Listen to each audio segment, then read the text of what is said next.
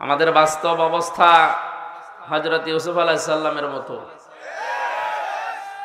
হযরত ইউসুফ নবীকে যখন তার ভাইরা কুয়া থেকে এই মালেক নামে লোকটা তুলে বিক্রি করে দিচ্ছিল, যেই দোষগুলো ইউসুফ নবীর প্রতি দিয়েছে তার ভাইরা, একটা দোষও সত্য নয়। ভাইরা তাকে বিক্রি করার সময় বলেছিল, এ বাড়ি থেকে পালিয়ে যাচ্ছে, আমাদের কাজের লোক, গোলাম, এর চরিত্র ভালো না, চুরি করার অভ্যাস আছে, এই জন্য ওকে আমরা বিক্রি করে দিচ্ছি গোপনে, আপনি যদি নিতে চান নিয়ে যান। এখন বলেন তো, যে দোষগুলো দিল, ও গোলাম ছিল, চোর ছিল, চরিত্র খারাপ ছিল? ইউসুফ নবী ওই সময় কোনো কথা বলেছিলেন? বলেন বলেন, জবাব দেননি। কারণ জবাব দিলে এই সময় এই ক্রেতা যিনি আছেন, এই আব্দুল মালেক নামে এই লোকটা চলে যাবে। পরবর্তীতে 10 ভাই মিলে এতক্ষণ তো কুয়ায় ফেলেছিল, এবার মাটির নিচে দেবে, কেউ জানবেও না যে আমি মারা গেছি। কারণ মরুভূমির ভেতরে মানুষ মেরে বালি সরিয়ে যদি ওই জায়গায় পুঁতে রেখে দেয়, সমান করে দেয়, কেউ জানবে না যে ওখানে মানুষ মাটি দেওয়া আছে। সুতরাং তার চাইতে আমার এই লোকটার সাথে মিশরে চলে যাওয়া ভালো, অন্তত বেঁচে তো থাকতে পারবো। আজও তামাম দুনিয়ায় তাকান, মুসলমানদের উপরে যে দোষগুলো দেওয়া হচ্ছে যে এরা সন্ত্রাসী, এটা কি সত্য? তামাম দুনিয়ার সবচাইতে বড় সন্ত্রাসী এই ইহুদিরা। আর ওরাই মিডিয়ার মাধ্যমে ছড়িয়েছে যে মুসলমানেরা সন্ত্রাসী। আমাদের নামে আরো যে বদনামগুলো আছে আমি নাই বললাম, কিন্তু চুপ করে থাকা ছাড়া ইউসুফ নবীর মতো আমাদের কিছু করার নেই। কারণ এখন কিছু বললেই যে আপনারা চলে যাবেন, তখন ধরে আমরা পুঁতে ফেলবে। এই জন্য অন্তত যা বলে বলুক, আমাদের বেঁচে থাকা লাগবে, আমরা যেন বেঁচে থাকতে পারি। এরপরে মিশরে যাই, দেখি কি অবস্থা দাঁড়ায়।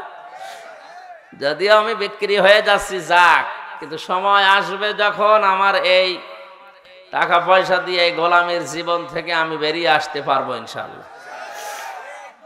সুতরাং ইবাদত মনে করে যারা এসেছেন, আজকের আলোচনার বিষয় কাজের সময় কাজ। এটা যে দুনিয়ার বিষয় না শুধু, আল্লাহ তাআলা কোরআনে আয়াত নাযিল করে জানিয়েছেন, এটা গুরুত্বপূর্ণ একটা বিষয়। রব্বানা আতিনা ফিদ দুনিয়া হাসানা, হে আল্লাহ দুনিয়ার হাসানা দাও, কল্যাণ দাও, শান্তি দাও, নিরাপত্তা দাও, রিজিক দাও, যাই বলেন। তাহলে দুনিয়ায় আগে চাওয়ার জন্য শিখিয়ে দিচ্ছে কে? আফিল আখিরাতি হাসানা, এরপরে আখিরাতে দিও। আল্লাহ কিন্তু আগে আখিরাতের কথা দিয়ে পরে দুনিয়ার কথা দিতে পারতেন। তার দুনিয়ায় যার ঠিক নেই, তাফসীর আছে আয়াতের, এই যার দুনিয়ায় ঠিক হবে না, ওর আখিরাতেও ঠিক হবে না। এজন্য দুনিয়াকে আগে শান্তি করা দরকার। শান্তি মানে এই হাসানা দিয়ে ভরপুর করা দরকার। দুনিয়ার হাসানা আমরা পেয়েছি তাফসীরে প্রায় 10টা। এগুলো যদি কেউ পায় তাহলে সে দুনিয়ার হাসানা পেয়েছে। আফিল আখিরাতি হাসানা, আখিরাতের হাসানা 5টা। যদি কেউ ওই 5টা পরবর্তীতে পায়, সে আখিরাতের হাসানা পাবে। অকিনা আযাবান নার, শেষে বলা হচ্ছে, আল্লাহ তুমি চাই করো জাহান্নামে আমাদের দিও না, এই আগুন থেকে আমাদের বাঁচাও। জাহান্নাম থেকে কেউ যদি বাঁচতে চায়, মাত্র একটা কাজ দুনিয়ায় করা লাগবে। কয়টা? তাহলে আয়াতের প্রথম কথা যে দুনিয়ায় শান্তি দাও, কোন জায়গায়? আরো জোরে বলেন। পৃথিবীতে শান্তি পেতে হলে কাজে থাকা লাগবে। কাজ এটা হওয়া লাগবে আবার আল্লাহর নির্দেশ মতো। শুধু কাজ কারবার যারা করে, কাজে কোনো কষ্ট নেই, আপনি কি এটা ভাবেন? কষ্ট আছে। যাকাত ভিত্তিক অর্থনীতির মাধ্যমে যে মানুষগুলো সম্পদ অর্জন করে, এ কাজেও কষ্ট নেই, আছে। 2টা কাজেই কষ্ট আছে। একটা দেখানো পথ হচ্ছে আল্লাহর, আর একটা দেখানো পথ হচ্ছে শয়তানের। আমরা যেহেতু মানুষ, আল্লাহর সৃষ্টির সেরা, আমরা গোলাম আল্লাহর, দাস আল্লাহর, বান্দা আল্লাহর, এজন্য আমরা দেখানো পথে চলবো আল্লাহর। শয়তান আমাদের প্রকাশ্য দুশমন বা শত্রু। শত্রুর সাথে, দুশমনের সাথে যে আচরণ করা লাগে, আমরা ইনশাআল্লাহ এখন থেকে তাই করব। অনেকেই মনে করে শয়তান মানে ও সে আজাজিল শয়তান, ওই পৃথিবীতে আর শয়তান নেই। মুহাদ্দিসে দেহলভী রহমাতুল্লাহ আলাইহি গভীর রজনীতে তিনি কোরআনে কারিম পড়ছিলেন, সূরা ইয়াসিন তেলাওয়াত করছেন। তার বাড়ির উপর দিয়ে দুইটা জিন যাচ্ছিল। কোরআনে কারিমের মধুর আওয়াজ শোনার পরে তাদের চলার গতি তারা থামিয়ে দিয়েছে। মুহাদ্দিস সাহেবের তেলাওয়াত শুনছে, শুনতে শুনতে নিজেরা হারিয়ে গেছে। নিজেদের আকৃতি পর্যন্ত তারা পাল্টিয়ে সর্পের রূপ ধারণ করেছে। জিনদের অভ্যাস হচ্ছে ওরা 24 ঘন্টার ভেতরে যে কোনো এক সময় হয় সাপ নাই বিড়াল, এগুলো হওয়াই লাগবে ওদের। এই জন্য রাতের বেলা অনেকে বের হওয়ার পরে কালো বিড়াল যারা দেখেন, সবগুলো কালো বিড়াল না, ওগুলো দুই একটা জিনও আছে।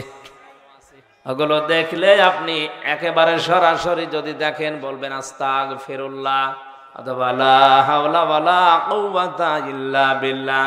আর একটু বেশি পারলে আয়াতুল কুরসি পড়ে বুকে ফু দিয়ে নেবেন, নয়তো যদি দুষ্টু হয় আপনার একটা ক্ষতি করে দেবে। মুহাদ্দিস সাহেব নামাজ শেষ করার পরে ঘরের ভেতরে তাকিয়ে দেখলেন দুইটা সাপ খেলা করছে।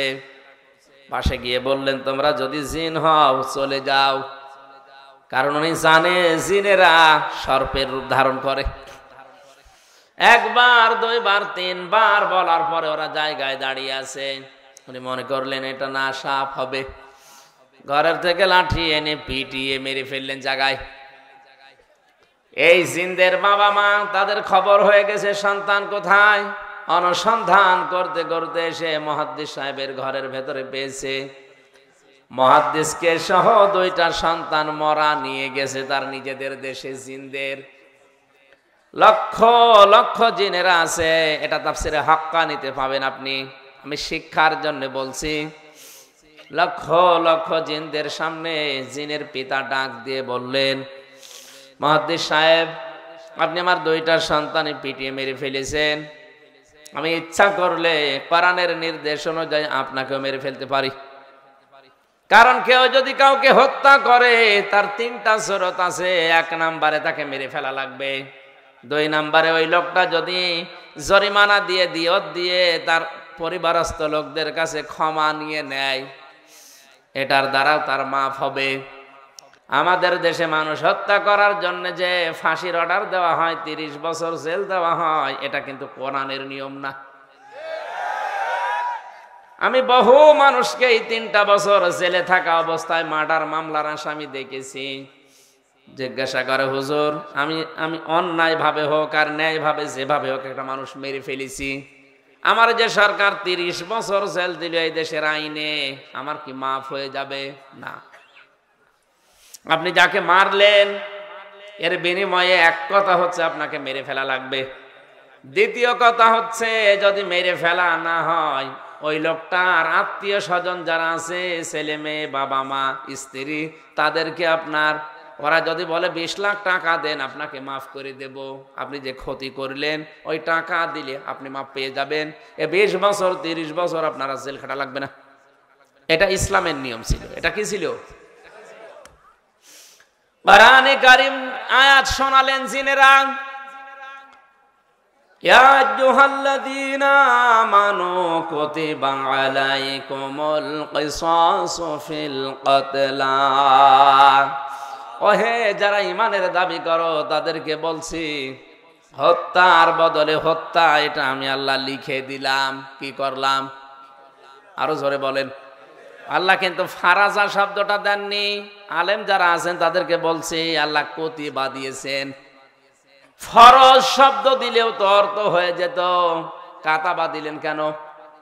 আমি যদি এখন এখানে সভাপতি যিনি আছেন বলি যে এই জমিটা আপনাকে আমি দিয়ে দিলাম মৌখিক, এর কোনো দাম আছে? কারণ জমিও আমার না, এ দেওয়ার ক্ষমতাও আমার নেই। আর আমি যদি এই জমির মালিক যিনি, তাকে দিয়ে দলিলে সই স্বাক্ষর করে লিখে ওনার হাতে বলে এই যে লিখিত, ওই জিনিসের দাম নেই। আরো আসতে বলেন। আল্লাহ শুধু ফরজন শব্দ দিলে দিতে পারতেন, না দিয়ে কুতিবা দিয়ে এটা জানিয়েছেন যে বিধানটা ছোটখাটো না, গুরুত্বহীন না, এটা কিন্তু লিখে সই স্বাক্ষর করে দলিল করে দিলাম, এর দাম আছে। এদেশে যারা এই দায়িত্বে আছে আজ 53 বছর, এই আয়াতটা যদি ঠিক এইভাবে বুঝে স্বাধীনতার পরে এদেশের সংসদে আয়াতটা কায়েম করে দিতে পারতো, বঙ্গবন্ধু হত্যার বিচার আমরা অনেক আগে পেয়ে যেতাম। সুতরাং সঠিকভাবে যদি বিচার ব্যবস্থায় এই আয়াতটা এখন যারা দায়িত্বে আছে সংসদে কায়েম করতে পারে, আগামীতে কিয়ামতের আগে দেশে আর অন্যায় কোনো মার্ডার হবে না।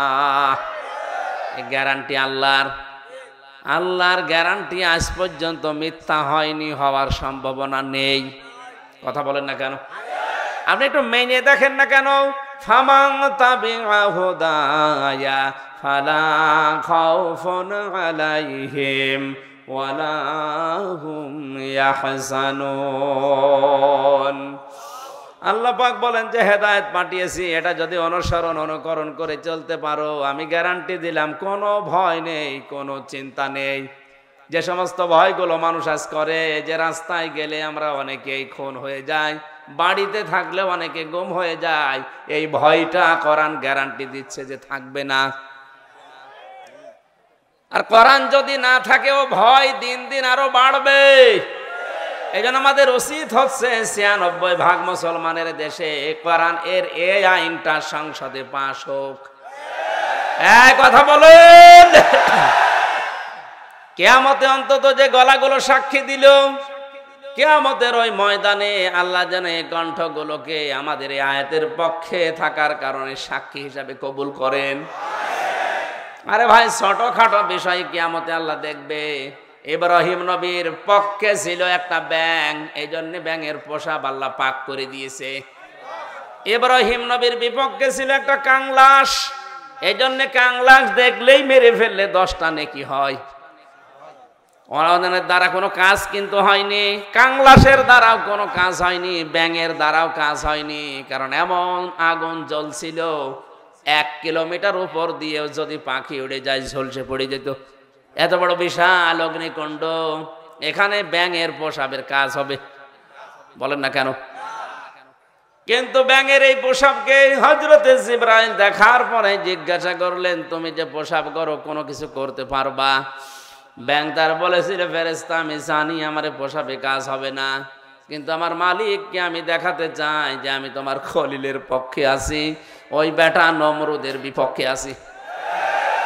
আল্লাহ এত বেশি পছন্দ করলেন কথাটা, ওই দিন থেকে কিয়ামত পর্যন্ত যত ব্যাঙ আসবে সব ব্যাঙের পোশাককে আল্লাহ পাক বলেই ঘোষণা করে দিয়েছেন। এই এদিকে তাকান, একটা ব্যাঙ ইব্রাহিম নবীর পক্ষে থাকার কারণে যদি তার পোশাক পর্যন্ত পাক হয়ে যায়, আমরা যে নবীর পক্ষে আছি তিনি কিন্তু খলিলুল্লাহ না, তিনি হাবিবুল্লাহ। বলেন বলেন, খলিলুল্লাহ আর হাবিবুল্লাহর পার্থক্য কি? খলিল বলা হয় ওই বন্ধুকে যে বন্ধু আমার আল্লাহর জন্য সব করতে পারে, আর হাবিব বলা হয় ওই বন্ধুকে যে বন্ধুর জন্য আমার আল্লাহ সব করেছেন। জোরে বলেন সুবহানাল্লাহ। ইব্রাহিম নবীর পক্ষে থাকার কারণে যদি ব্যাঙের পোশাক পাক হয়ে যায়, আমরা মুহাম্মদুর রাসূলুল্লাহ হাবিবুল্লাহর পক্ষে থাকলে আমাদের জীবন পাক হয়ে যাবে। এই জন্য আল্লাহর আয়াতের পক্ষে যারা সায় দিলেন, আপনি মানেন না সেটা আলাদা, কিন্তু আপনাকে রায় দেওয়া লাগবে যে আমরা এই আয়াতটা সংসদে দেখতে চাই। আচ্ছা, হাজারো মানুষ জেলখানাতে, প্রায় 1 লাখের উপরে মানুষ এখন জেল খাটছে সারা বাংলাদেশে। অধিকাংশগুলোই লক্ষ্য করলে দেখা যায় মার্ডার মামলা। গাজীপুরের কাশিমপুর কারাগারে প্রায় 1200 মানুষ এখনো ফাঁসির দণ্ডাদেশ নিয়ে মাথায় নিয়ে কন্টেম ছেলে কাটাচ্ছে। 10,000 মানুষ ওখানে আছে, 4 জেল মিলে প্রায় 1200-1300 মানুষ শুধু ফাঁসির আসামি, এদেরকে সব ফাঁসি দেওয়া হবে। এদের 1 নাম্বার অপরাধ হচ্ছে এরা মানুষ হত্যা করেছে, এই কারণেই তো ফাঁসি দেয়। জিনদের পিতা ডাক দিয়েছে, মুহাদ্দিস সাহেব আমি কিন্তু আয়াত অনুযায়ী আপনাকে মেরে ফেলতে পারি, কিন্তু আমার একটা হাদিস জানা আছে, কোন সৃষ্টি যদি তার আকৃতি পাল্টিয়ে ফেলে তাকে মেরে ফেললেও কোনো গুনাহ নেই। আমার সন্তান 2টা তাদের নিজেদের আসল আকৃতি পাল্টিয়ে সর্পের আকার ধারণ করেছে। আপনি যেটা বললেন যে 3বার তাদের বলার পরেও তারা শোনে নাই, এই জন্য আপনি না বুঝতে পেরে মেরে ফেলেছেন। আমি আপনার কোনো দোষ দিতে চাই না, তবে একটা কথা, যে কোরআন শুনতে গিয়ে জীবন গেছে, স্থান ত্যাগ করে নাই, আপনার এই মধুর কণ্ঠ দিয়ে আমাদেরকে ওই কোরআন থেকে একটা কিছু শুনিয়ে বিদায় করেন। মুহাদ্দিস শাহ ওয়ালিউল্লাহ দেহলভী রহমতুল্লাহ আলাইহি তার মধুর কণ্ঠ দিয়ে কোরআনের সবচাইতে সুন্দর সূরা যেটা সূরা রহমান তেলাওয়াত করে শোনালেন। আর রহমানু আল্লামাল কোরআন খলাকাল ইনসানা আল্লামাহুল বায়ান। হাজার হাজার জিনের অজ্ঞান হয়ে গেছে, হুশ যাদের ছিল তারা সঙ্গে সঙ্গে বলে উঠেছে, কুলু উহিয়া ইলাইয়া আন্নাহু ইসতামা'a নাফারুম মিনাল জিন্নি ফাকালু ইন্না সামি'না কুরআনান আজাবা। তারা বলেছে অবশ্যই যে ওহী শুনলাম এটা আশ্চর্য কোরআন। শব্দের দিকে খেয়াল করেন, ইয়াহদি ইলার রুশদি ফাআমান্না বি, ইয়াহদি ইলার রুশদি ফাআমান্না বি। যে কয় মিনিটে আমরা কোরআন শুনেছি, এ কোরআন আমাদেরকে হেদায়েতের পথ বলে দিয়েছে। আপনি মনে হয় বুঝতে পারেননি, জিনেরা কোরআন শুনেছিল কয়দিন? মাত্র কয়েক মিনিট। কয়েক মিনিট লাগে সূরা রহমান পড়তে। এই কয়েক মিনিট শোনার পরে তাদের সিদ্ধান্তের দিকে তাকান, ইয়াহদি ইলার রশদি ফাআমান্না বি। এই কোরআন আমাদেরকে হেদায়েতের পথ বলে দিয়েছে। আনলাম ওয়ালান নুশরিকা বিরাব্বিনা আহাদা। জীবন চলে গেলেও কোনোদিন আল্লাহর সাথে আমরা শরীক করব না। এখানে আলেম নেই, এই যে আলেম বসে আছে দুইটা, জিজ্ঞাসা করেন মোজারের আগে লান আসলে অর্থ হয় কখনোই না।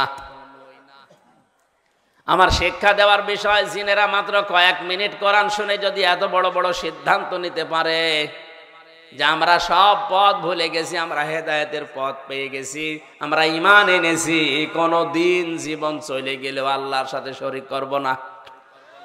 আর আমরা সেই জন্মের পর থেকে কোরআন শুনে আসছি, আমাদের কি এখনো শিরিক বন্ধ হয়েছে? আসতে বলেন। আমরা ঈমান আনতে পেরেছি না।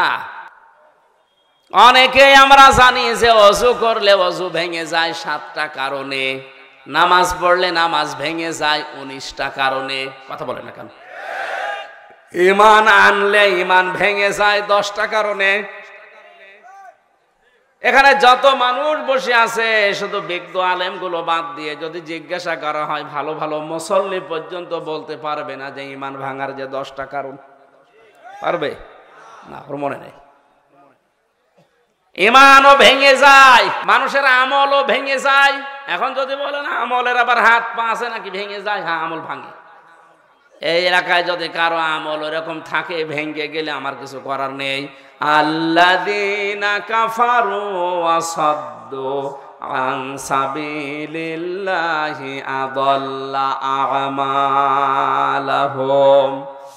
সূরা মুহাম্মাদের প্রথম আয়াতে আল্লাহ জানিয়েছেন, যারা কুফরি করে আর যারা আল্লাহর পথে বাধা সৃষ্টি করে, আযাল্লা ইউদিল্লু বাবে ইফআল, বাংলা অর্থ দাঁড়িয়েছে আমলের বহুবচন আমাল।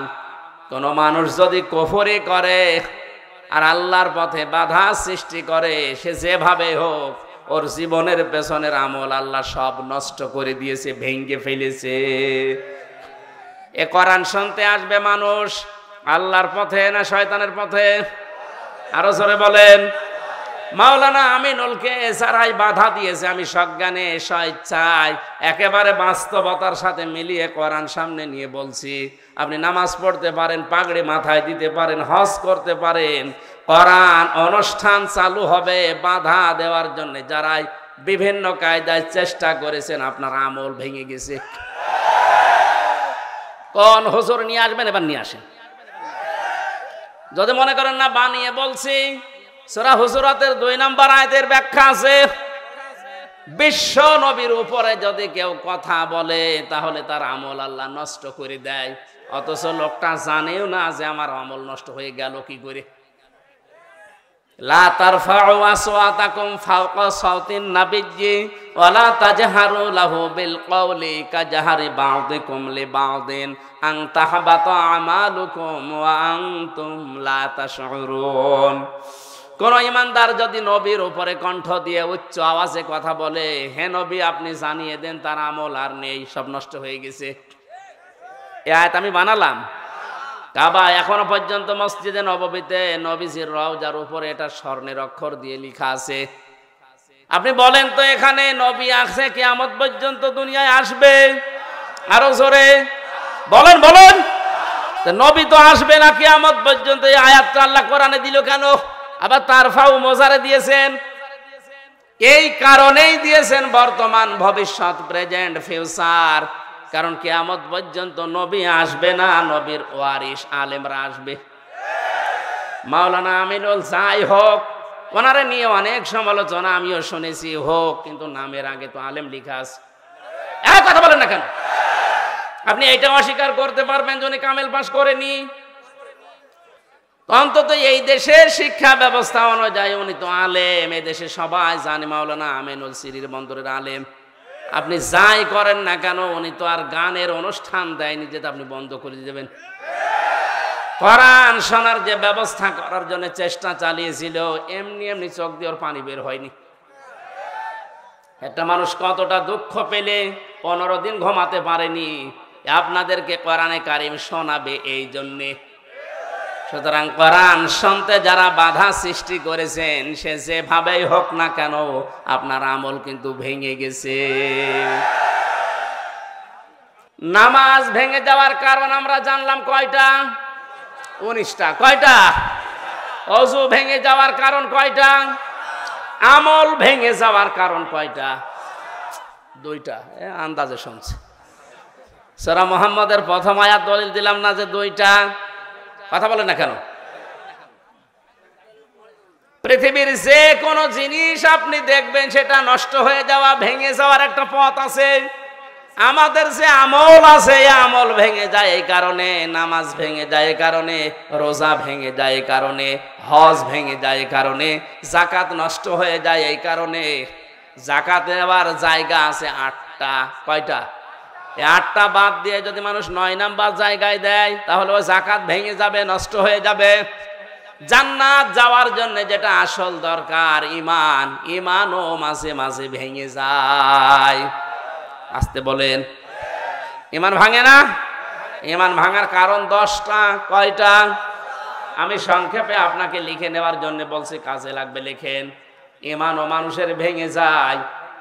1 নম্বরে সূরা জুমারের 65 নম্বর আয়াতের দলিলটা আছে। আমি শুধু থিওরিগুলো বলছি, বাড়িতে মিলিয়ে নিয়েন। 1 নম্বরে দুনিয়ায় কেউ যদি শিরিক করে, তার ঈমান ভেঙে যায়, নষ্ট হয়ে যায়। ওই ঈমান নিয়ে জান্নাতে যাওয়া সম্ভব না। 2 নম্বরে কেউ যদি কুফরি করে, কুফরি মানে কি? ঢেকে ফেলা। কুফরি মানে অস্বীকার করা, ঢাকনা দেওয়া, চেপে রাখা, গোপন করা। আল্লাহর কোন বিধান জানার পরে যদি কেউ চেপে রাখে, গোপন করে, সে উপকার আনতে কাফের, তারও ঈমান ভেঙে গেছে। আর এটা বাংলাদেশে এখন বেশি। 3 নম্বরে কেউ যদি নেফাকি করে, আমি মাওলানা আমিনুলের কথা এমনি বলি না, যেহেতু নবীজির ইন্তেকালের আগে যে কথা ছিল গুরুত্বপূর্ণ কয়টা, তার ভেতরে এটা একটা। আল উলামা ওয়ারাসাতুল আম্বিয়া, আলেমরা আমি নবীর ওয়ারিস। আমি হয় মাওলানা আমিনুল, মাওলানা হোসাইন, মাওলানা হারুন, যাই হয়ে দেশে আলেম যারাই আছে, আপনি বিশ্বাস করতে পারেন এদের আমল আখলাক ত্রুটি বিচ্যুতি থাকতে পারে, কিন্তু এরা নবীর ওয়ারিস। কিয়ামতের ময়দানে আল্লাহ পাক যদি বিচারও করে, আলেমদের সবার সম্মুখে করবে না, কুদরতের পর্দা দিয়ে ঢেকে নিয়ে গোপনে বলবে এগুলো করেছিলি। এই জন্য একটা মনে সান্ত্বনা আছে, কিয়ামতে অন্তত আল্লাহ মানুষের সামনে অপমান করবে না। শাস্তি যদি দিতেও চায় আল্লাহ গোপনে দেবে। আল্লাহর কাছে আমাদের জীবনের আলেমদের কাকুতি মিনতি, আল্লাহ তুমি গোপনে মাফ করে দিও। তোমার সাত্তার নামের ওসিলায় যেভাবে গোপন করে দিয়েছো দুনিয়ায় কেউ জানে না। আমির হামজা, মাওলানা হোসাইন, মাওলানা আমিনুল কি করেছে অনেকে জানি না, তোমার জানা আছে। কিয়ামতে যেদিন বিচার বসাবে আল্লাহ কুদরতের ওই জায়গাতে যেন তুমি গোপনেই মাফ করে দাও। আমার ভাইরা, এই জন্য ওনার উপরে যদি কেউ কণ্ঠস্বর নিয়ে কথাও বলেন, ওনার আমল লাখ লাখ যাই থাকুক না কেন, আপনারটা কিন্তু আল্লাহ নষ্ট করে দেবে। আমি ঈমান ভাঙার যে 10টা কারণ বলেছি লিখে নেওয়ার জন্য, যাদেরকে লিখে নিয়েছেন হয়তো 3 নম্বরে নেফাক, যাদের ভেতরে আছে মোনাফিকি, উপরে ফিটফাট, ভেতরে সদরঘাট, আপনার ঈমান ভেঙে গেছে। আমি একটা উদাহরণ তাফসীর থেকে লিখেছি, যারা সব ধর্মকে সমান মনে করে ওদের ঈমান নষ্ট হয়ে গেছে। আরে দেশে এরকম অনেক মানুষ এখন দিন দিন বাড়ছে। সব ধর্ম সমান আপনি বিশ্বাস করা তো দূরের কথা, আপনি বলেন কি করে? যে দলিলগুলো আপনি দেন যে লাকুম দীনুকুম ওয়ালিয়া দিন, লা ইকরাহা ফিদ্দিন, এই আয়াতের অর্থ আপনি নিজেই ভুল করছেন, নিজেই উল্টাপাল্টা করে ঈমান হারাচ্ছেন, মানুষকেও হারাতে বাধ্য করছেন। যারা বিভিন্ন পূজা মণ্ডপে গিয়ে কথা বলে যে আমরা সার্বজনীন সনাতন ধর্মে এই অনুষ্ঠানে হাজির হইলাম, এ কথা যদি কেউ বিশ্বাস নিয়ে বলে থাকে ওর ঈমান নষ্ট হয়ে গেছে। কারণ সার্বজনীন ধর্ম একটাই দুনিয়ায়, তার নাম ইসলাম। আর সনাতন ধর্ম মনে করি অনেকেই বলি হিন্দু ধর্ম না, সনাতন মানে পুরাতন। সনাতন মানে এ পৃথিবীতে সব চাইতে পুরাতন ইসলাম, এর আগে কিছু ছিল না। এক কথা বলে না কেন? পৃথিবীর প্রথম মানব যিনি হযরতে আদম, তার ধর্ম কি? আরো জোরে। সুতরাং এ কথা কারা প্রচার করেছে আমরা জানি না, যে সনাতন ধর্ম মানে হিন্দু ধর্ম, এটা মিথ্যা কথা। সনাতন ধর্মই পৃথিবীতে ইসলাম। ইন্নাদ-দীনা ইনদাল্লাহিল ইসলাম, আল্লাহর কাছে একমাত্র ধর্মের নাম ইসলাম। এজন্য ধর্মের আগে আলিফ লাম আছে। এখানে যারা গ্রামার বোঝে, আলিফ লাম 4 প্রকার। এখানে যে আলিফ লাম দেওয়া আছে নির্দিষ্ট করার জন্য। আমি যদি মাওলানা হোসাইনকে বলি ভাই আমি দিনাজপুরে যাব, উনি যদি বলে এই যে এই রাস্তাটা, এর আগে তাহলে তরিকের আগে আলিফ লাম দেওয়া লাগবে। তরিক এই একটাই রাস্তা, কিন্তু দিনাজপুরে যাওয়ার জন্য এখনো 4-5টা রাস্তা আছে। তখন আর তরিকের আগে আলিফ লাম দেওয়া যাবে না, কারণ এটা অনির্দিষ্ট। যে কোনো রাস্তা দিয়ে আমি যেতে পারি, দিনাজপুরে পৌঁছালেই হলো। কিন্তু কোন রাস্তা দিয়ে দিনাজপুরে গেলে আপনি পাবেন না শুধু এই রাস্তাটা ছাড়া। তখন তরিক বা রাস্তার আগে কি লাগবে? আলিফ লাম। কি লাগবে? যত ধর্ম দুনিয়ায় আছে সব ধর্মের ব্যাপারে আল্লাহর বক্তব্য এই, সবগুলো শয়তানের আবিষ্কার করা, আমি আল্লাহর আবিষ্কার করা ইসলাম। আমাইয়াবতাগি গায়রাল ইসলামি দীনান ফালা ইকবালা মিনহু, ইসলাম বাদ দিয়ে অন্য কোন ধর্ম নিয়ে, অন্য কোন জীবন ব্যবস্থা নিয়ে কেউ যদি আল্লাহকে রাজি করতে চায়, ওর জীবনের কোনো কিছু আল্লাহ কবুল করছে না, করবে না। তাহলে আয়াতগুলো দ্বারা কি প্রমাণ হয়? সব ধর্ম সমান। আরো জোরে। অনেকে এখন ফতোয়া বের করছে যে আমরা উদারতা দেখাতে গিয়ে বলি আপনি কি আল্লাহর চাইতে বেশি উদার? আশা করছি এটা যারা ভুল বুঝে হোক আর জেনে শুনে হোক ষড়যন্ত্র করে বলছেন, আপনার ঈমান ভেঙে গেছে। 4 নম্বরে নবী ছাড়া যারা অন্য কারো আদর্শ ভালো মনে করে। কয়েকদিন আগে একটা জরিপ পেয়েছিলাম, এদেশে বিশ্ব নবীকে একমাত্র আদর্শ মেনে চলে মাত্র 100 জনের 15 জন। তাহলে এই যে পয়েন্টগুলো আমি কোরআন থেকে হাদিস থেকে লিখেছি, প্রত্যেকটার পেছনে হায়াতের দলিল আছে। আমি দলিলগুলো লম্বা করে বলতে পারছি না, শুধু আমার সাবজেক্টে যাব। তাই যারা আজ বিশ্ব নবী বাদ দিয়ে অন্য কাউকে আদর্শ মানে, তাদের সংখ্যা এই দেশে 85 জন। কত? আর একমাত্র যারা বিশ্ব নবীকে উসওয়াতুন হাসানা মানে, ওদের সংখ্যা মাত্র 15 জন। আপনি হিসাব করে বলেন, আমরা খালি চিল্লাই যে দেশে 96% মুসলমান। হ্যাঁ মুসলমান আছে, ওই আদমশুমারিতে আছে, আর ওই আগা কাটা আছে। অনেকেই ভাবে যে আগা কেটে দিলেই মুসলমান। ছাগল কি, ছাগলের তো দিয়ে, ছাগলের দেয় না। না, ভুল যারা করছেন আপনাকে সংশোধনী দিলাম, আশা করছে আপনার বিবেক খুলবে। এরপরেও যদি আপনি একেবারে সে আবু জেহেলের মতো অনড় হয়ে থাকেন, আমার মনে হয় আপনার হেদায়েত কপালে আর নেই। 5 নম্বরে আল্লাহর বিধান যাদের ভালো লাগে না, এটা সূরা মুহাম্মদের 9 নম্বর আয়াতে আছে। এদেশে এখন নেই। একই আল্লাহর বিধান কোরআনে কারিমে আকিমুস সালাত খুব আদায় করছে, আতুজ যাকাত খুব দিয়ে দিচ্ছে, কিন্তু একই আল্লাহর বিধান আনাকিমুদ্দিন, দিন কায়েম করো, ওয়ালা তাতাফাররাকু ফি, এই বিষয়ে কোনো ফতোয়াবাজি করো না, এখানে ওর খবর নেই। দিনটা যে কায়েম করা ফরজ নামাজের মতো, রোজার মতো, অনেকেই জানেও না ও মানেও না। অথচ পৃথিবীতে যত নবী এসেছিলেন, আমি আলেমদের বলছি, প্রত্যেকটা নবীর শরীয়তে কম বেশি কোনো মাসলা মাসাইল নিয়ে একটু ঝামেলা ছিল। হয়তো অনেক নবীর সাথে আমাদের নবীরটা মেলেনি। যেমন হযরতে মুসা আলাইহিস সালামের জামানায় কারো শরীরে যদি লাপাক লেগে যেত, ওই জায়গাটা এরকম মুছে ফেললেই হয়ে যেত। হযরতে ঈসা নবীর জামানায় একটু কঠিন ছিল, কোন জায়গায় নাপাক লেগে গেল চামড়া খুশিয়ে খুশিয়ে তুলে ফেলে লেগে লাগতো। আল্লাহ পাক কঠিনটাও দেননি, একেবারে সহজটাও দেননি, আমাদের মাঝামাঝি শরীয়ত দিয়েছেন যে চামড়াও তোলা লাগবে না, আবার মুছে ফেললেও হবে না, 3 বার ধুয়ে ফেলা লাগবে। হ্যাঁ, এই যে মাসলা মাসালে হয়তো বিভিন্ন নিয়ম নীতি নিয়ে মতপার্থক্য ছিল, কিন্তু আদম থেকে শুরু করে আমাদের নবী পর্যন্ত প্রত্যেকের মিশন একটাই ছিল, আনাকিমুদ্দিন ওয়ালা তাতাফাররাকু ফি, নামাজ যেভাবে কায়েম করো, রোজা যেভাবে ফরজ মনে করে করো, দিন কায়েম করা কিন্তু ঠিক ওই রকম ফরজ। আর এই বিষয়ে কোনো পার্থক্য, মত পার্থক্য, ফতোয়াবাজি, দলাদলি চলবে না। আর যত দলাদলি মত পার্থক্য সব এই জায়গায় এসে, এদেশে মানুষ যত তার চাইতে দল বেশি, এটা মিথ্যা কথা। কারণ এমনও লোক আছে 1 জন 2 3 দল করে, যখন যে দল উনি ওই দলের কর্মী, যেদিকে বৃষ্টি পড়ে ওইদিকে ছাতা ধরে, এরকম মানুষ আছে না নেই?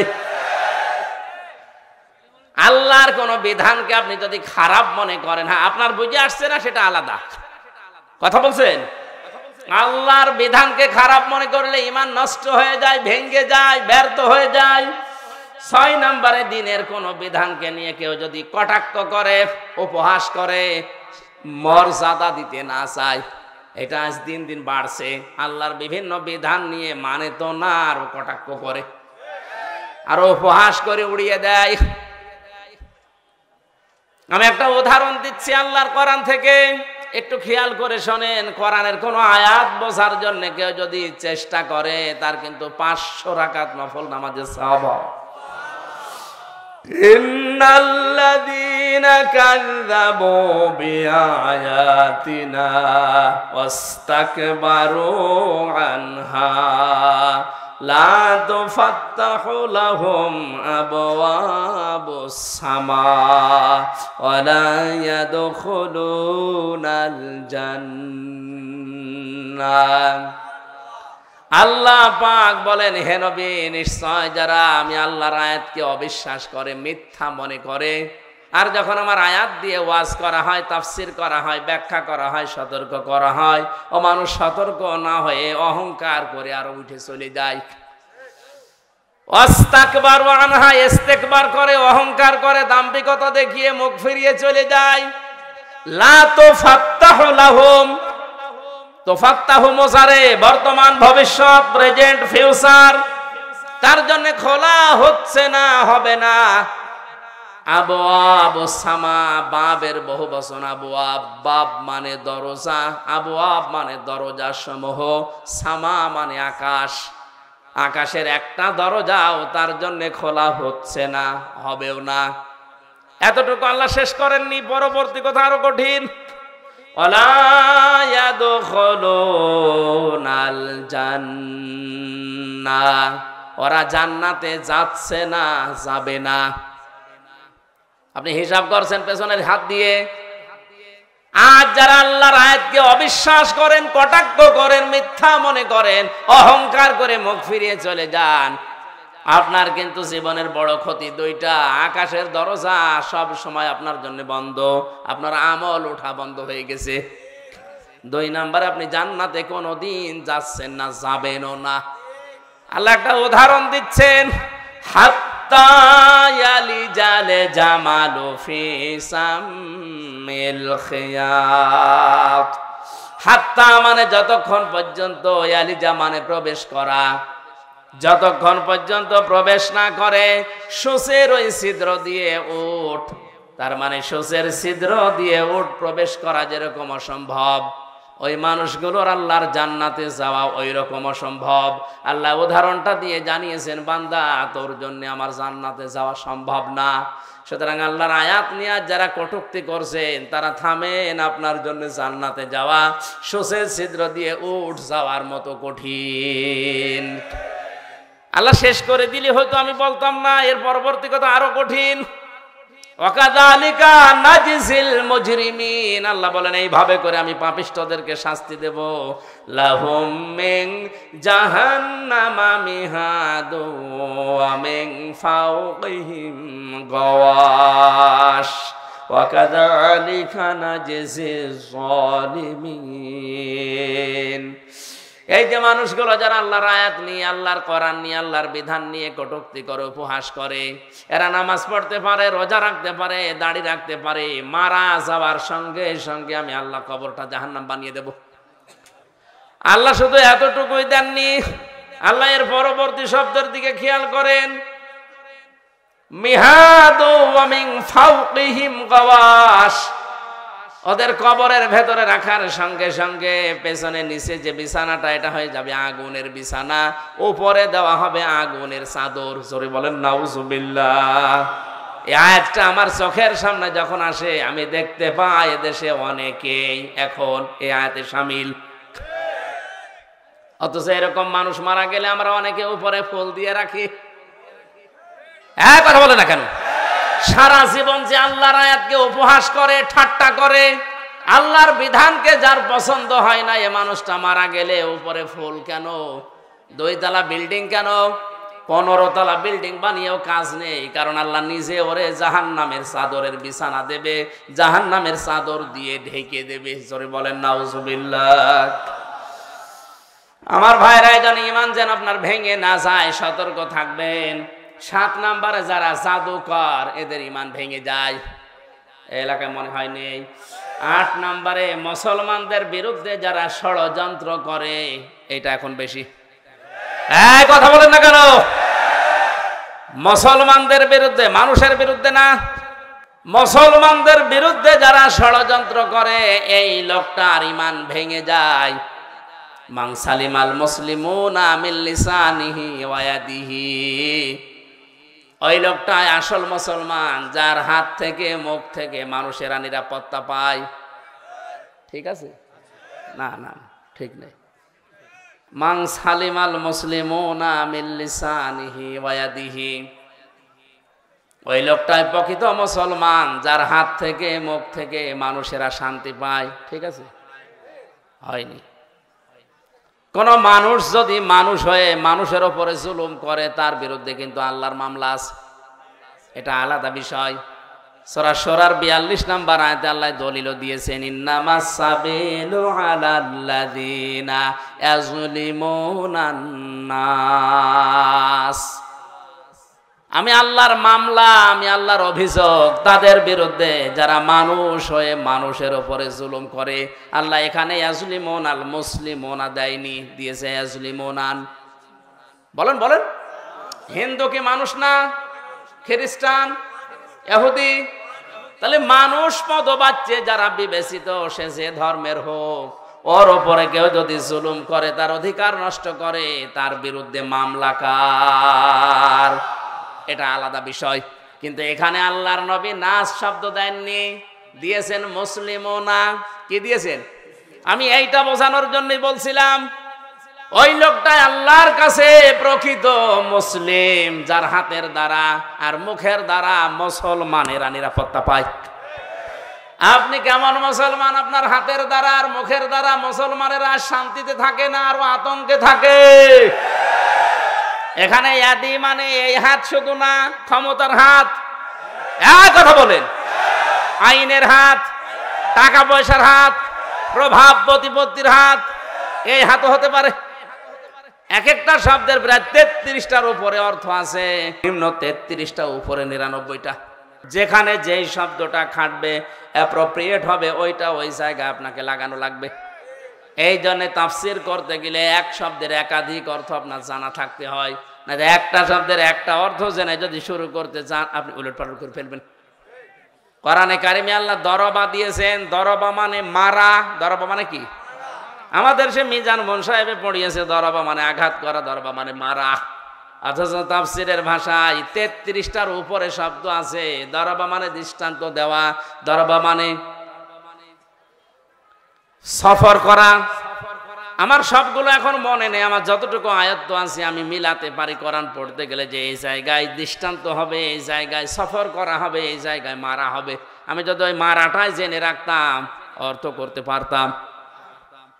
আল্লাহ পাক এখানে মুসলিমুনা শব্দ নাস না দিয়ে নবীজি কেন দিয়েছেন? এদন শব্দ দিয়ে শুধু এই হাত আমরা বুঝি ক্ষমতার হাতের দ্বারা, আইনের হাতের দ্বারা। যারা মুসলমানদেরকে শান্তিতে থাকতে দেয় না, এরা মুসলমান না। প্রভাব প্রতিপত্তি আছে এলাকায়, টাকা পয়সার মালিক, এই কারণে তাদের এই টাকা পয়সার যে হাত আছে, প্রভাব প্রতিপত্তির হাত আছে, এই হাতের দ্বারাও অনেক মুসলমান আজ শান্তিতে নেই। অনেক মুসলমানের প্রভাব প্রতিপত্তি আছে, জোর করে মসজিদের সভাপতি হয়ে বসে আছে, না দিলে আবার রাগ করে। এটা একটু বেশি হয়ে গেল। হ্যাঁ, মসজিদের সভাপতি হওয়ার জন্য কমপক্ষে 5টা গুণ লাগে। কয়টা? না ভাই, আমার এই ওয়াজ করার দরকার নেই। অনেক সভাপতি শেষে বলবো আমার দরকার নেই, আমি ছেড়ে দিলাম, তোরা চাল আগা যা। আপনি ছেড়ে দিলে অসুবিধা নেই। এখন যারা সংসদ সদস্য কয়েকদিন আগে থেকে আওয়াজ তুলেছে, বাংলাদেশেও কলকাতা আর মমতার মতো এই দেশে ইমাম আর মুয়াজ্জিনদের সরকারি ভাবে বেতন দেওয়া লাগবে। এই দাবির পক্ষে আমাদের এই সংসদ সদস্য যিনি পিরোজপুরের, উনি বলেছে, তার পক্ষে আছেন না নেই?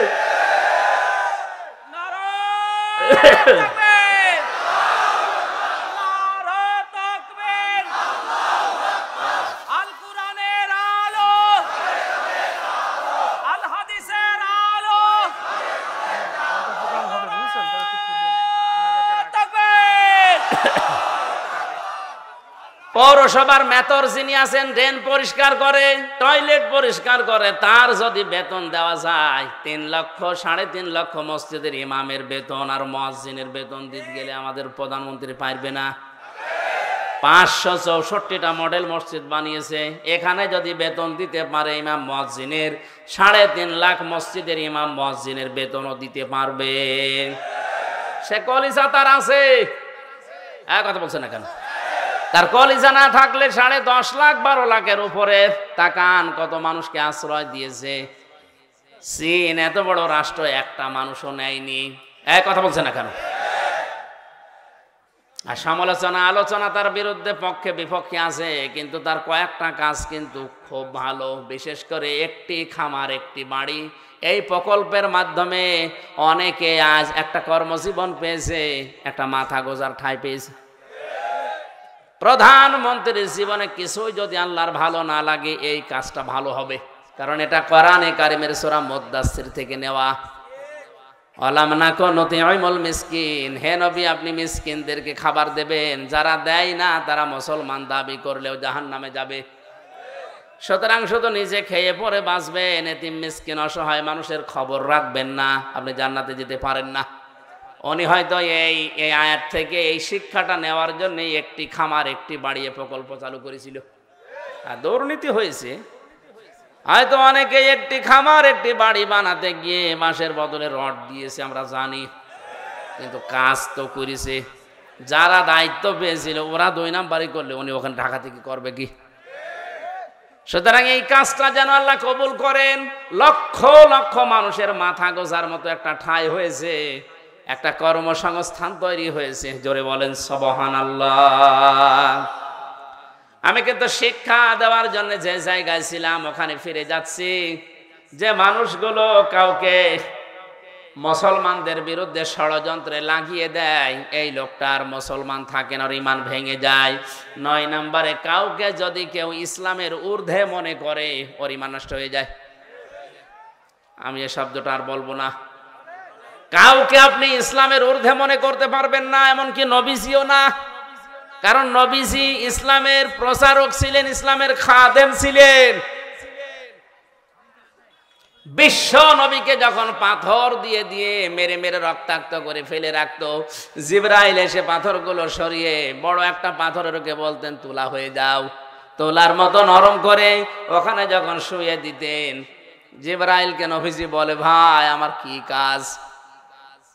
নবীজিকে আল্লাহ শুনিয়েছেন, ফেরেশতা বলে দাও যে দিনের জন্য নবীকে পাঠিয়েছি ওই দিনের জন্য মার খেয়েছে। সকাল বেলা থেকে মোহাম্মদ রাসূলুল্লাহর ওই দিনের প্রচার করাই কাজ। তাহলে দিনের মর্যাদা কত বেশি ইসলামের। এজন্য ইসলামের ঊর্ধ্বে কাউকে মনে করা যাবে না, সে যেই হোক। কথা বুঝতেছেন? আমার কাছে আগে ইসলাম, আমি মুসলিম হিসাবে, এরপরে অন্য কিছু। 10 নম্বরে ইসলামের কোন বিধানকে যারা ঘৃণা করে, এটা সূরা সেজদার 22 নম্বর আয়াতের ব্যাখ্যায় পাবেন। তাহলে আমি বলছিলাম দুনিয়াতে অনেক কিছু আছে যেগুলো করলে হয় না, ভেঙে নষ্ট হয়ে যায়। এই পৃথিবীতে শয়তানের যে বন্ধু, এই বন্ধু কিন্তু ভেঙে যায়। শয়তানের সাথে যারা বন্ধুত্ব করে, এই বন্ধুত্ব ভেঙে ফেলার বুদ্ধি আছে না নেই? আমরা যারা শয়তানের সাথে বন্ধুত্ব করলাম, এই যে অপচয় করে, অশ্লীলতা ছড়ায়, যৌনতা ছড়ায়, নবীদের তার মানে নবীর ওয়ারিসদের মুখের উপরে জোরে কথা বলে, আল্লাহর পথে চলতে বাধা দেয়, এগুলো সব শয়তানের কাজ। কার কাজ? আল্লাহ আমাদেরকে হেফাজত করুন, বলেন আমিন। সূরা জুমার মাত্র 2টা আয়াত পড়েছিলাম। এমন গুরুত্বপূর্ণ বিষয় আল্লাহ আয়াতের ভেতরে দিয়েছেন, একটু খেয়াল করে তাফসীর আকারে শোনেন। ইয়া আইয়ুহাল্লাযীনা আমানু ইযা নুদিয়া লিস-সালাহ। আল্লাহ পাক বলেন ঈমানদারেরা যেদিন আযান দেওয়া হয়, ইলা ইয়াউমিল জুমআহ ইযা নুদিয়া লিস-সালাতি মিন ইয়াউমিল জুমআহ।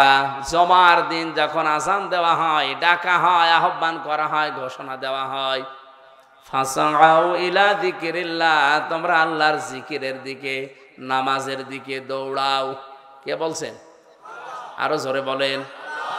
অজারুল বাই, দুনিয়ার সব বেচা কিনা কাজ কারবার বন্ধ করে দাও। যালিকুম খায়রুল লাকুম ইন কুনতুম তা'লামুন, এইটাই ভালো কাজ, এইটা যদি তোমরা বুঝে থাকো। এবার আসেন তো আয়াতের বাস্তব ব্যাখ্যা কি। আল্লাহ পাক শব্দটা দিয়েছেন ইযা নুদিয়া লিস-সালাতি মিন ইয়াউমিল জুমআতি ফাসআউ ইলা যিকিরিল্লাহ। যখন আযান হয়ে যাবে সব কাজ কাম বন্ধ করে দিয়ে দৌড়াও নামাজের দিকে। কিসের দিকে? আরো জোরে বলেন। আর আমরা হাদিস শুনেছি এতদিন যে নবীজি জানিয়েছেন কেউ যেন নামাজের জন্য দৌড়িয়ে মসজিদে যাবা না। শোনেননি? শুনছি মানে কি? এটাই সঠিক হাদিস। মুসলিম শরীফের হাদিস হচ্ছে কেউ যেন মসজিদে দৌড়িয়ে যাবা না নামাজ পড়ার জন্য। ফজরের নামাজে নবীজি নামাজ আদায় করছেন, নামাজের ভেতরে ধপ ধপ করে কিছু আওয়াজ শুনলেন। নামাজ শেষ হয়ে গেল, ঘরে বসলেন, ডাক দিয়ে বললেন সাহাবীরা নামাজের ভেতরে আমার কানে আওয়াজ এসেছে, ধপ ধপ করে আওয়াজ হচ্ছিল, কিসের? সাহাবীরা বলে হুজুর আমরা ফজরে টের পেয়েছি দেরিতে, জলদি করে ওযু করে মসজিদে আমরা অনেকেই দৌড়িয়ে এসে জামাত ধরেছি।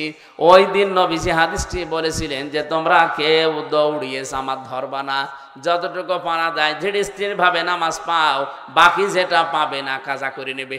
কথা বুঝতেছেন? তাহলে আয়াতের সাথে নবীর কথার কোনো মিল নেই। হ্যাঁ কই আছে? কই আল্লাহ বললেন দৌড়াও, নবীজি বললেন দৌড়ানোর দরকার নেই।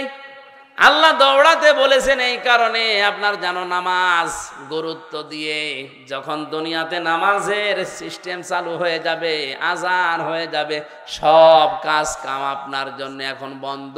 আল্লাহ এইটা বোঝাতে চেয়েছেন যে কাজ কামে লিপ্ত থাকতে গিয়ে যেন আল্লাহর নামাজের জামাত শেষ হয়ে না যায়।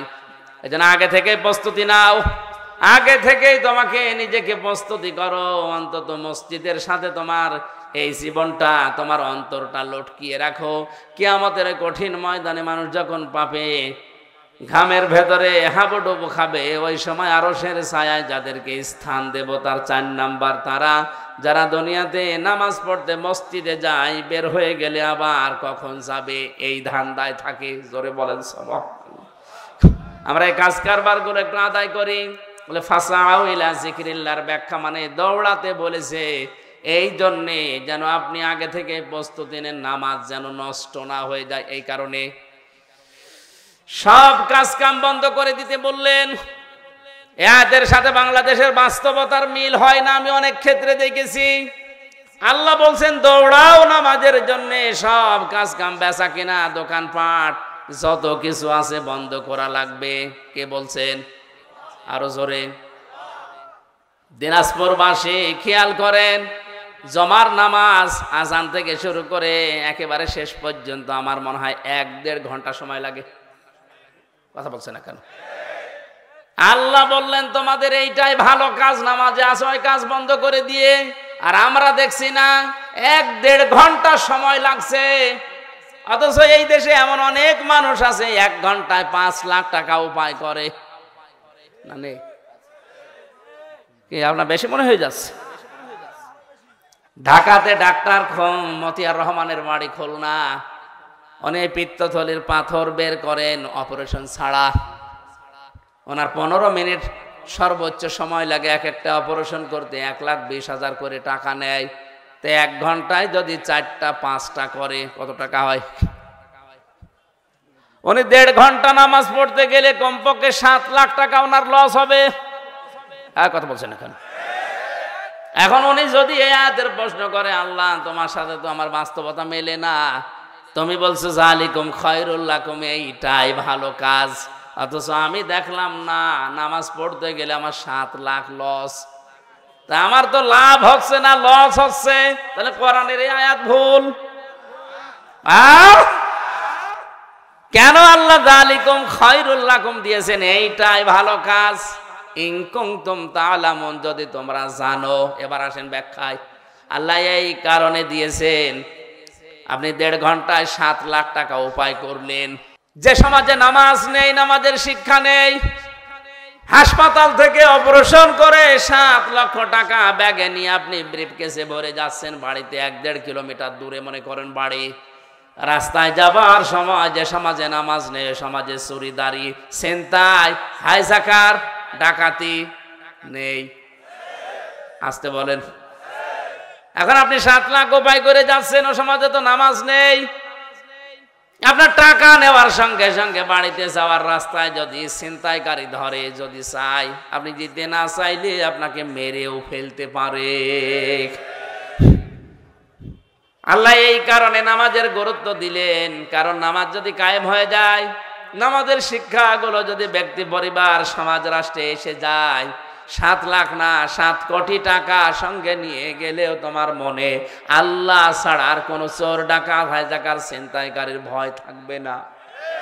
এরকম একটা পরিবেশ আল্লাহর নবী মদিনায় গঠন করেছেন না করেন নাই? আরো জোরে। একবারও কি দেখতে মনে চায় না যে নামাজের সমাজটা বাংলাদেশে কায়েম হলে কি করে হাইজাকার মুক্ত, সন্ত্রাস মুক্ত, দুর্নীতিবাজ মুক্ত, সাদাবাজ মুক্ত, চোর ডাকাত মুক্ত একটা জীবন কিভাবে চালানো যায় শান্তিতে, ওইটা দেখতে মনে চায় না? আরো জোরে বলেন, চাই না? আল্লাহ এই জন্য এটা বলেছেন যালিকুম খায়রুল লাকুম, এটা ভালো। এজন্য নামাজ কায়েম করো, নামাজকে দাঁড় করাও। হ্যাঁ, নামাজ যখন পরিবারে, সমাজে, রাষ্ট্রে কায়েম হয়ে যাবে নামাজের শিক্ষাগুলো, তখন আর মসজিদে বসে থাকার দরকার নেই। ফাইদা কুদিয়াতিস সালাতু ফান্তাশিরু ফিল আরদি ওয়াবতাগু মিন ফাদলিল্লাহ। নামাজ যখন শেষ হয়ে গেছে, এখন আর মসজিদে থাকা যাবে না, এখন ছড়িয়ে যাও, ছিটিয়ে পড়ো, অনুসন্ধান করো আল্লাহর রিজিক। আল্লাহর কি? আরো জোরে।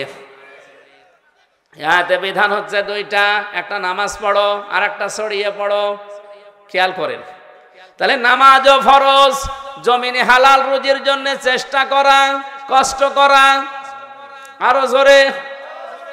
আল্লাহ কিন্তু নামাজের আগে ওয়াজকুরুল্লাহ দেননি যে নামাজের আগে তোমরা আল্লাহর বেশি বেশি জিকির করো, বলেননি। কিন্তু ওয়াজকুরুল্লাহ কাসীরা দিয়েছেন ওয়াবতাগু মিন ফাদলিল্লাহর আগে।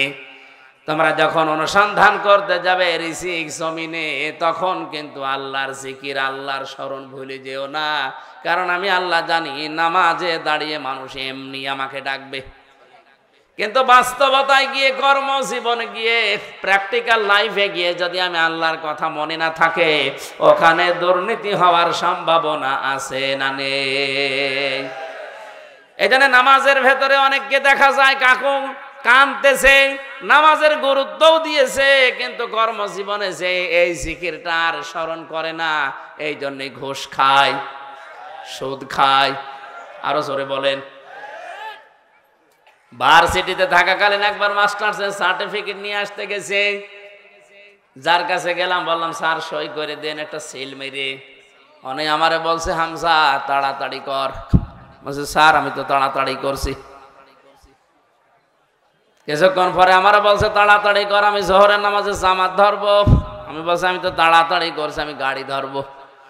মাথা নিচু করে বলছে 1000 টাকা বের কর। তো আপনি জামাত ধরবে? কিসের জামাত আপনার? এইটা আপনার আসল জামাত। সরকার আপনার কাছে 8টা ঘন্টা কিনে নিয়েছে, 45,000 টাকা বেতন আপনার। কথা বলে না কেন? আপনি মাত্র 10 মিনিট নামাজ পড়তে যাবেন শহরের, এই 10 মিনিটের জন্য এত তাড়াতাড়ি করছেন যে তাড়াতাড়ি কর, আমি জামাত ধরবো। তা আপনার যে 8 ঘন্টা জামাত এখানে চলছে, ছেলে মেয়েরা আসবে, সই করে সেল মেরে দেবেন, এইটাই আপনার জামাত। কথা বলেন না কেন? আল্লাহ এই জন্য বলেছেন কর্মজীবনে যে যেন আমাকে ভুলেছেও না, আমার জিকিরটা ওই জায়গায় আরো বেশি করো, তাহলে এই দেশে দুর্নীতি হবে না। আয়াতের শেষে ছিল লাআল্লাকুম তুফলিহুন, যদি এটা করতে পারো আমি আল্লাহ বলছি তোমরা সফল হয়ে যাবে। জোরে বলেন সুবহানাল্লাহ। এই জন্য আমরা যদি আল্লাহর রিজিক, অনুগ্রহ পেতে চাই, আল্লাহর দয়া পেতে চাই, এদিকে তাকান, আল্লাহর অনুগ্রহ যদি কেউ পেতে চায় তাহলে জমিনে আসা লাগবে। আর আল্লাহর রহমত যদি কেউ পেতে চায় মসজিদে যাওয়া লাগবে। মসজিদে ওঠার সময় বলা হয় আল্লাহুম্মা আফতাহ লি আবওয়াবা রাহমাতিক, হে আল্লাহ তোমার রহমতের দরজা আমার জন্য খুলে দাও। কথা বলেন না কেন? আর যখন বের হয় মানুষ তখন কি চায়? আল্লাহুম্মা ইন্নী আসআলুকা মিন ফাদলিকা, এই যে ফজল, অনুগ্রহ, হে আল্লাহ আমি তোমার কাছে আশা করি, চাই যে তুমি আমার রিজিক দাও, ফজল দাও। এখানে ফজল মানে রিজিক, ফজল মানে কি? তাহলে আমাদের কাজের সময় কাজ করা লাগবে, আর নামাজের সময় দুনিয়ার সব স্টপ, নামাজ পড়া লাগবে। এখন থেকে সিদ্ধান্ত নিয়ে যান, যত কঠিন পরিস্থিতি তৈরি হোক না কেন, ফরজ নামাজ আমি জীবনে আর ছেড়ে দেব না। হ্যাঁ, আমি আর চাই করি না কেন, ফরজ নামাজ। নামাজ শেষ হয়ে গেলে মসজিদে আর বসেও থাকবো না, কারণ আল্লাহর নির্দেশ ফান্তাশিরু ফিল আরদি ওয়াবতাগু মিন ফাদলিল্লাহ। নামাজ শেষ হয়ে গেছে, এখন জমিনে ছড়িয়ে পড়ো, এ নির্দেশ কার? নবীজি জানিয়েছেন আল কাসিবু হাবিবুল্লাহ, যারা কাজ করে খায় জমিনে, এরা সাধারণ মানুষ না, এরা আল্লাহর বন্ধু। আমরা আল্লাহর বন্ধু খোঁজার জন্য সেই চট্টগ্রামে যাই, বরিশালে যাই, সিলেটে যাই, ফরিদপুরে যাই। কে বলেছে ওগুলো আল্লাহর বন্ধু? যারা কাজ করে খায় না, বসে বসে খায়, ওগুলো আল্লাহর শত্রু। আল কাসিবু হাবিবুল্লাহ, যারা উপার্জন করে খায়, কাজ করে খায়, এরা কার বন্ধু? এই কাজটা যত ছোট হোক, কোনো অসুবিধা নেই। এই যে মাইক টাঙিয়েছে যারা, এরাও কাজ করে খায়, রাস্তা ঝাড়ু দেয়, এরাও কাজ করে খায়। এই জন্য আয়াতের শিক্ষা হচ্ছে নামাজের সময় হয়ে গেলে দুনিয়ার সব আমার কাছ থেকে মাইনাস হয়ে যাবে। নামাজের সময় হয়ে গেলে দুনিয়া বলে আমার আর কিছু নেই, আমার এখন আল্লাহর বিধান সামনে, নামাজ শেষ, এখন আমাকে যাওয়া লাগবে কর্মজীবনে রিজিক তালাশ করার জন্যে।